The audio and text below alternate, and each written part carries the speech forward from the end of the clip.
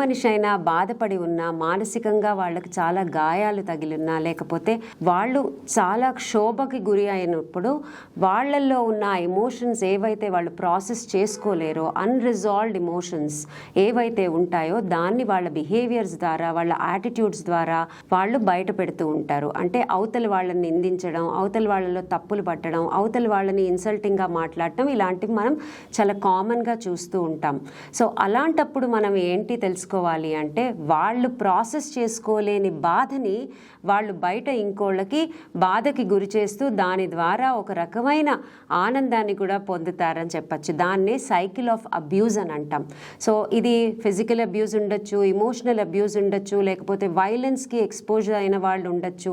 వీళ్ళందరూ కూడా వాళ్ళల్లో ఉన్న బాధని, ఆ బాధని బయటికి తీసుకొచ్చే ప్రక్రియలో వాళ్ళ చుట్టూ ఉన్న వాళ్ళని బాధ పెట్టే అనేది చాలా కామన్.